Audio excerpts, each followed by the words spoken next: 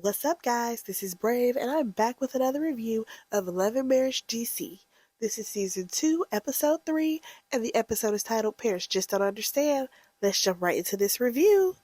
So, we're continuing the conversation between Irena and Winter. Now, of course, the tea that Winter was told is that they did not raise Jason. Irena and Jamie, they wanted to run the streets, and that's why they moved their mother in. Now, according to Arena, this is the dumbest thing that she has heard of because at the end of the day, Jason had to get an education, and I'm going to assume that Jason had to be sent to a special school that was for someone who is blind. Because I can't lie, the average school system usually does not consist of having proper educational tools for people with blindness, or should I say children with blindness. Now, according to Irena, she feels like Winter shouldn't have came to her with this foolishness. She also feels like, Winter, you should know that this is ridiculous and that you should have deleted it. Now, here's the thing. In her confessional, Winter is like, somebody sent me all this stuff. It's not like I responded to them, but they did send me all this information. They sent pictures and all this stuff. I said, wait a second. Who sent pictures? Where the pictures at? That's what we want to see. Because the pictures is actual proof, not just somebody listing things off that they think happened in somebody else's household. Now, the ladies are going back and forth. Of course, Irena is like, where are the actual receipts? Because that's basically just hearsay and that's people just talking. The stuff that she told her.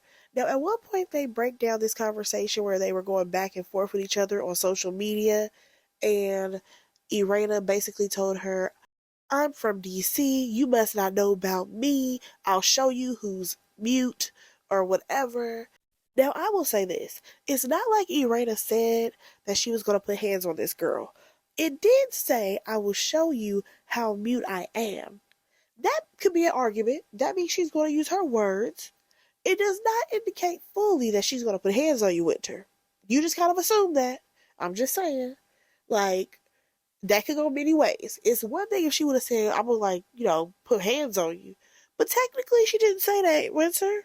So at this point, Irena wants to go ahead and move forward, move on, and not with Winter. She doesn't want Winter to mention her family anymore. She doesn't want Winter talking about her. She also knows that they will never be friends.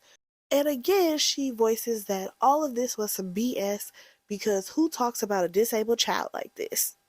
So at one point, they're again going back and forth. And Winter's like, well, don't talk about my family. And then they realize that they are even Stevens. They've both been playing tit for tat. And Irena walks away. Winter's sipping on a drink. And again, they're not going to be friends. Nothing was resolved out of this conversation. And according to Winter, Irena could have just texted her that they're never going to be friends. So we could have just left it there. Let's go ahead and move on to this next scene, though. All right, so we head on over to Ashley. She's heading over to her mom's house so that way they can have a conversation about what she wrote in her book as well as what happened in her childhood. Now, one thing that she said that kind of threw me off was that she was like, oh, I haven't been to this house in about 20 years. It feels so weird going to my childhood home. And I'm just like, wait, like, did your mom just up and leave and then still keep the bills paid? But we'll get there. All right, so they open this conversation with her mom asking her what her book is even about. And I'm like, that's pretty interesting. So Ashley goes on to tell her that it's about self-discovery as well as forgiving people who have hurt you in the past. So Ashley says, we talk about accountability, and that'll be a good chapter for you to read. I said, oh, this is already starting off interesting. Like I did not expect for her to do the slight jab in that moment. Now, according to her mom, she can be accountable. We'll see how this conversation goes. All right, you guys, let's break down what happened in whatever year that was when this girl was 16. Okay, so according to Ashley, her mother packed up her things and left the house, and she did not see her mother again for weeks. Now, the way the mom tells it, though, she says that when she left, she did not leave her by herself. Her older sister was there, as well as somebody else was there. She said there was always somebody in the house. The mom paid the bills there, but she just ended up leaving. Now, I understand that right about now, at this point in time, we have a better understanding of what adulthood should look like, especially because now we have a lot more tools than what people had in the past. And I'm a person who understands the concept of giving the older generation a little bit of grace because, again, they did not have access to the tools that we have now. And also, times were a lot different than what we have now. Because what it sounds like happened within this situation is that Ashley probably was a difficult teenager, which a lot of people are. Handling the hormones, you want to be grown super duper early. I can definitely see that being a thing.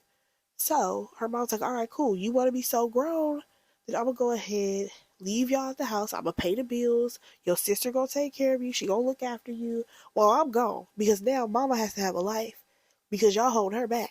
She done found some man who helped her decide that she needs to go ahead and leave her children. Now, to me, I think that's a piss poor man. And that's something that I just absolutely do not agree with. But at the same time, I will say this. Her mama ain't the only one. Like, I feel like we keep hearing these similar stories from different people about how their parents were back in the day. And I'm just like, you know what? I feel like it was also a sign of what was going on in society and what was going on just around in their environment. Because when you really think about it, their parents' generation was what? The actual boomers, I want to say. And that group of people, they got married to each other. They was with people for decades upon decades. Like there's people's grandparents who are celebrating what like 70 years of marriage and stuff nowadays to where they are now, you know what I'm saying? But when you think of that boomer generation, they had multiple children and they also again got married. The baby boomers, when they got grown, that's not really what happened. Some of them got married, a lot of them ended with divorce early, and also the option of men was always piss poor. But that's for another video. Again, I am not on the mother's side. I'm just trying to get a better understanding of where she may have been coming from in this situation. But unfortunately for Ashley, her mom is not going to be upfront and honest about what was going on. Now, it kind of makes me wonder, like, did the mom have a little problem? You know what I'm saying? Did she have some other type of problems and issues going on that she doesn't want to tell her daughter?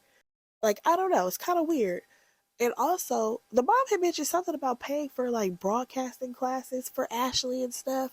So I'm just like, wait, I kind of want to know the sister's perspective of what happened when this girl was 16.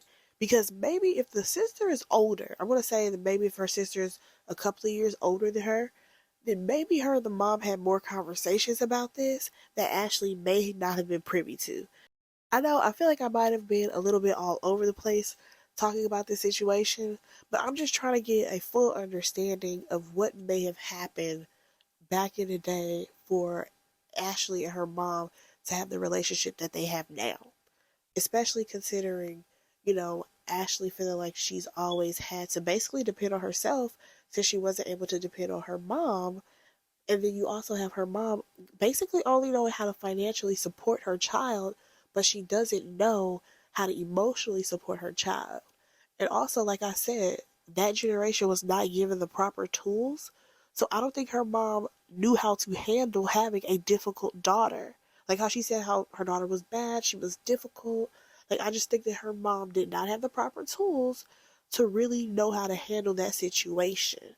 And again, I'm not trying to justify, I am just trying to find a little bit of understanding here. Because if I'm being honest, I feel like these types of conversations, they should probably happen in a therapy session instead of on TV. Because at the end of the day, yes, the children are getting clarity for where they're coming from, but also it's definitely embarrassing for the parents to be on national TV and then you have to talk about this. I'm just throwing that out there because I have seen it happen on so many occasions, on so many different shows where this is not Iyanla Fix My Life. So it's not like there's a therapy session happening, but people are bringing their parents on TV shows for a storyline that says, hey, look at what you did to me when I was a kid. Hey, look at what you did to me back in the day. And I don't sometimes feel like it's the best place to air this out on your parents on national TV. I think that a lot of people, they will probably have better communication skills if they take their parents to a therapy session. So that way there's someone to mediate and properly have the tools to say, hey, wait a second, we're going to let you speak in a second. Let your child talk. All right, you spoke. Let's hear what your parent has to say. Like, I just feel like a lot of times I know it makes the show real. I understand all that, but sometimes I think that's why we get the reaction out of these parents is because it's on national TV. But nonetheless, let's go ahead and move on. All right, so now we see Clifton and Joy. They are going to a shop so that way he can smell some different fragrances because you already know he has his beard oil that he has going on. But here, let's just get to the conversation. So they want to talk about this wedding. And Joy lets him know that even when she was a little girl, she never dreamed of getting married or anything like that. So it's kind of a sign that she does not want a big fancy wedding. Now, according to him though, he wants to see her walk down the aisle. He wants to see her in that white dress. And he also wants other people there so that way they can witness their love. But she does bring up a valid point.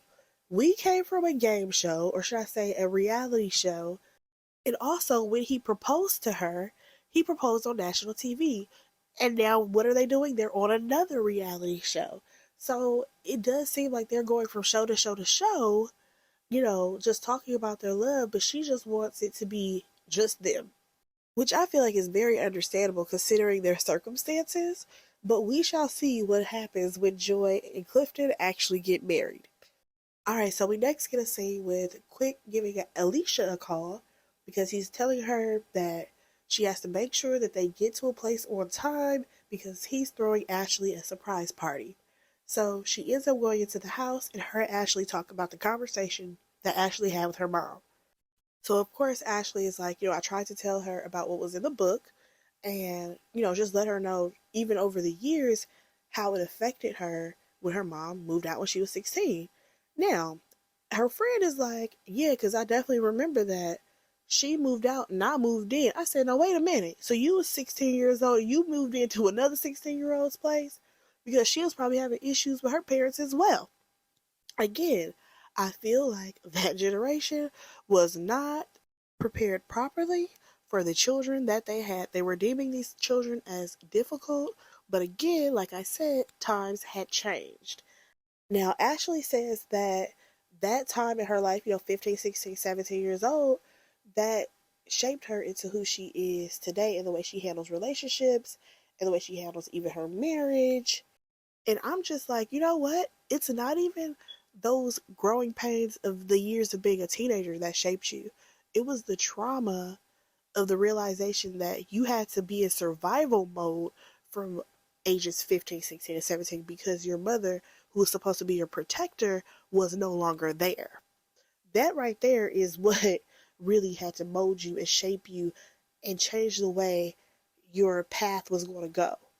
Because when you really think of like the grand scheme of things, when you look back on like your teenage years, if you did not have anything that traumatic happen to you, you just be like, oh yeah, I had friends, I did this, I went out, but then when I went to college, I grew as a person, this, that, and other.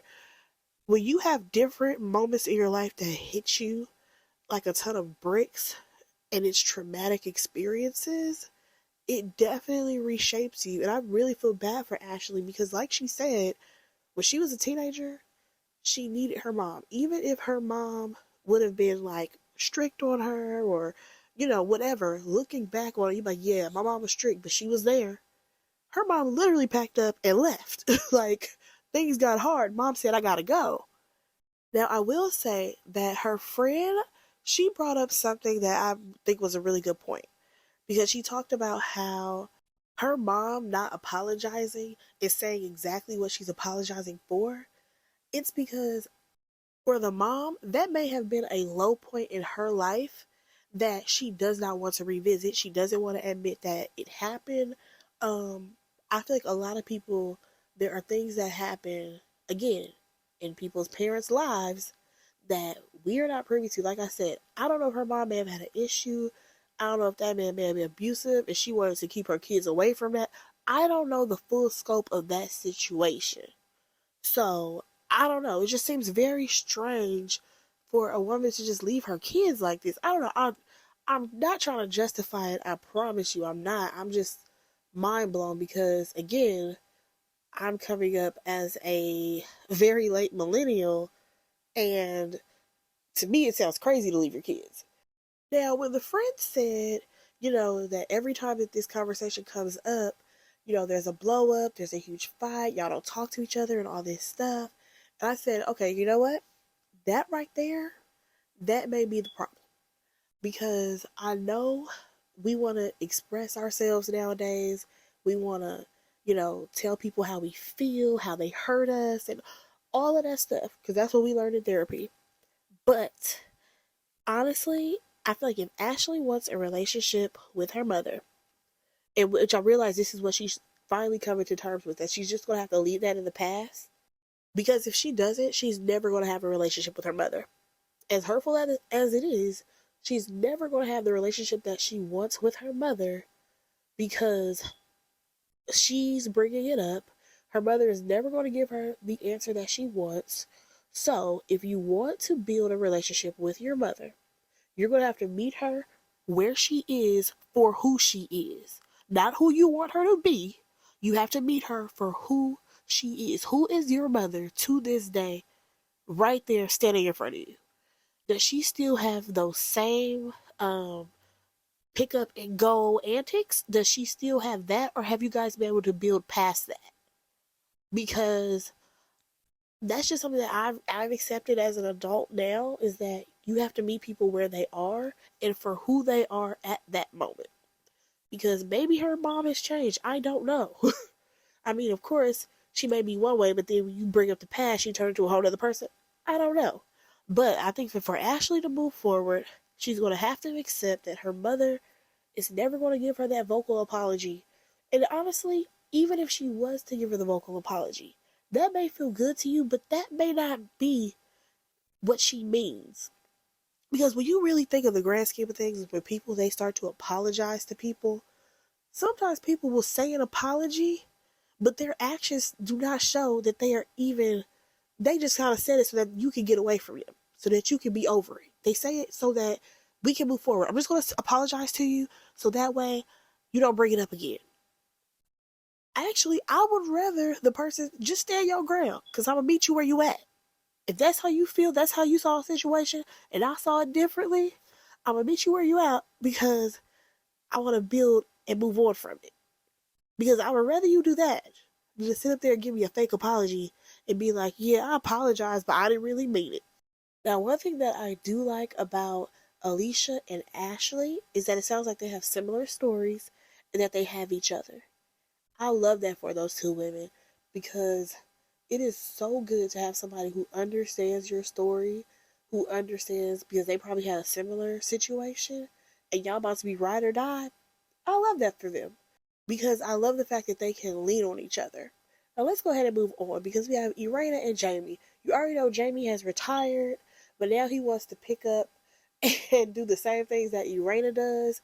She's over it. She feel like he is getting in the way because when she go for a jog now, he want to go for a jog.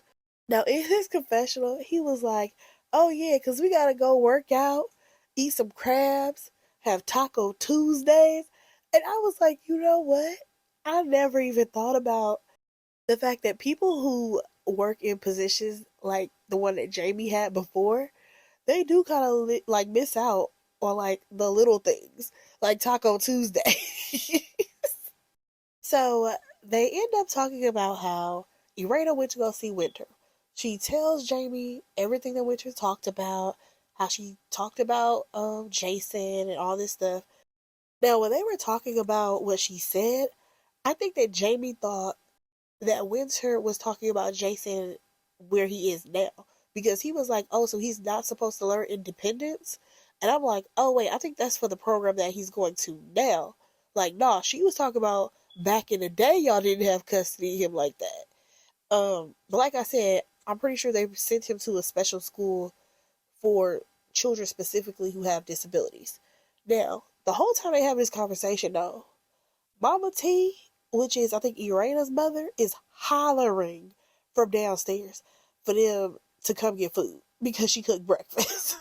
I said, baby, if y'all don't hurry up down them stairs, she's going to have to come up there in a second, okay? And don't make her have to come get you because y'all going to eat this food.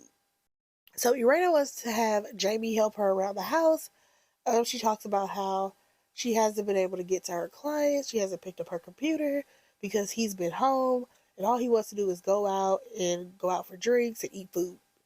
Um, One thing that happened in this scene was her mom saying that she was always taught to feed the family first and then she'll eat something.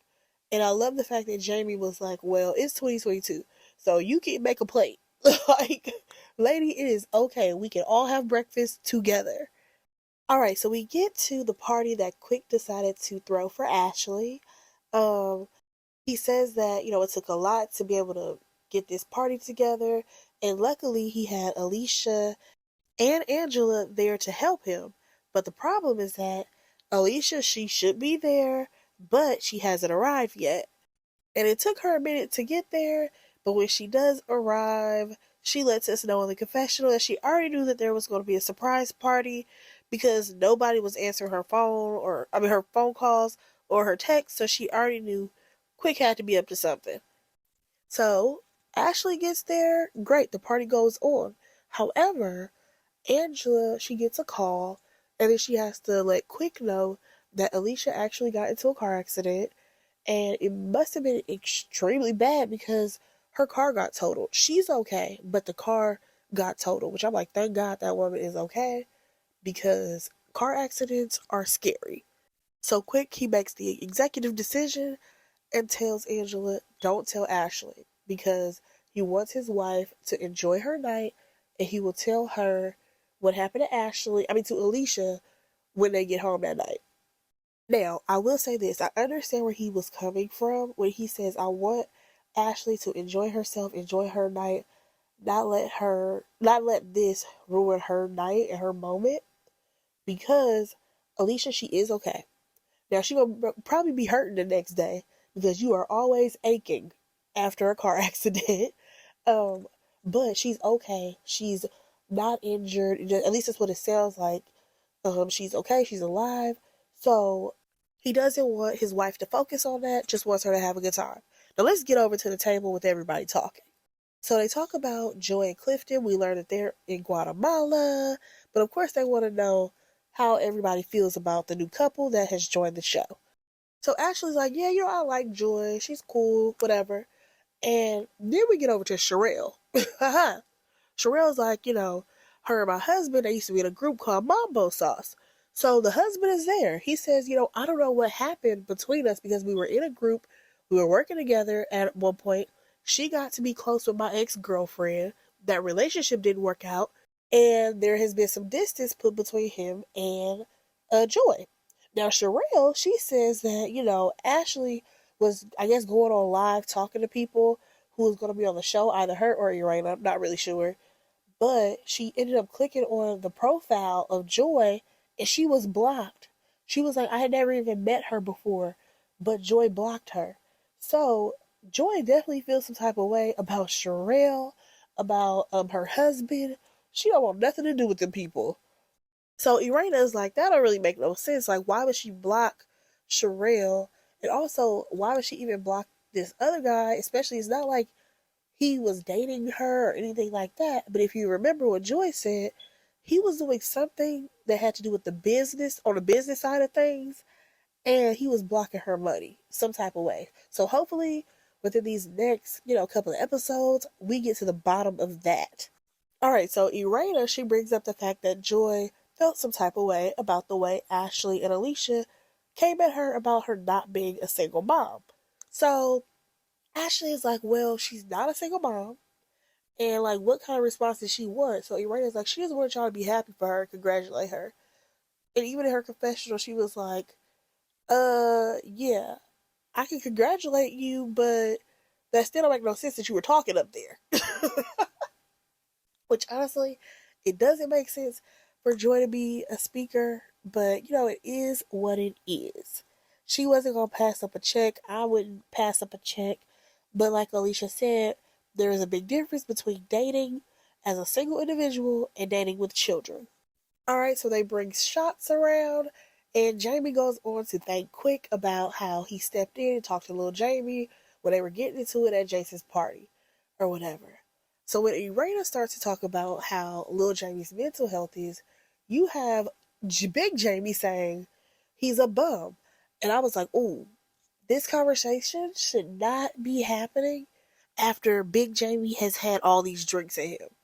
So Irena is saying how little Jamie, he has told her that he is days where he's like, he doesn't want to be here anymore and all these things. And according to Big Jamie, he's like, no, he's doing that stuff for attention. He's doing that stuff for attention. And everybody's trying to get him to understand, like, no.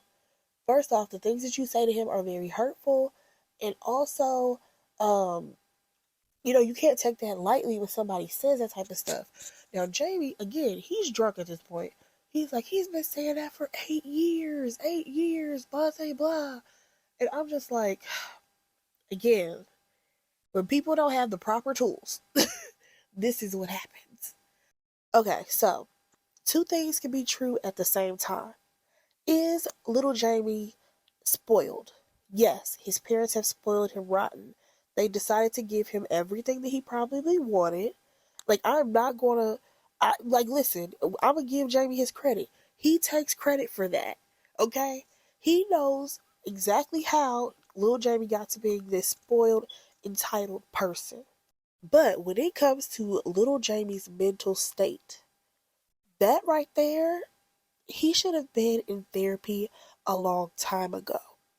But if we're being honest, when little Jamie was probably like 16, 14, 12 years old, when he first probably started getting into trouble like that, that was not the normal thing to do.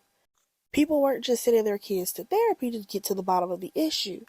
But I feel like that is definitely something that little Jamie needed, because now we have a 26-year-old man who has battled drug addiction. This boy he can't keep a job. He's gotten into trouble tons of times. And it really sucks because, again, the difference between the generations from what Jamie, the big one, is used to how his child is acting, he doesn't get it. Big Jamie does not understand why little Jamie is the way he is, because you have everything.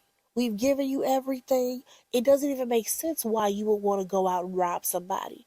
It doesn't make sense why you would want to go down the path of doing this and that. And it also doesn't help that Big Jamie was a police officer. Like, I just think there's a lot of added factors here, and I think that they absolutely need to go get therapy. Big Jamie doesn't want to hear it. He doesn't want to hear what Quick and Ashley have to say. Again, I don't think that this conversation should have been had after Big Jamie has had drinks. Like, this was actually a very serious conversation for them to be talking about this. And I definitely think that they should have been sober for the conversation, because the way Big Jamie was responding, I'm just like, maybe he would listen if he was sober. Just maybe. Maybe he would listen. Because, like Ashley said, it does cut deep when your parents say something to you and you're calling them like a bum or they're this, that, another. But like, I'm not trying to justify Jamie's behavior either. I just feel like he doesn't see his son trying.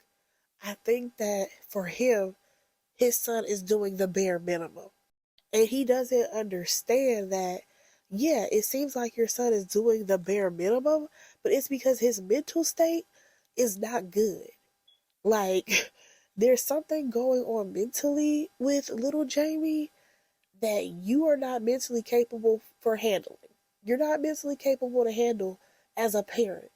He needs someone else to evaluate him and let him know what's going on.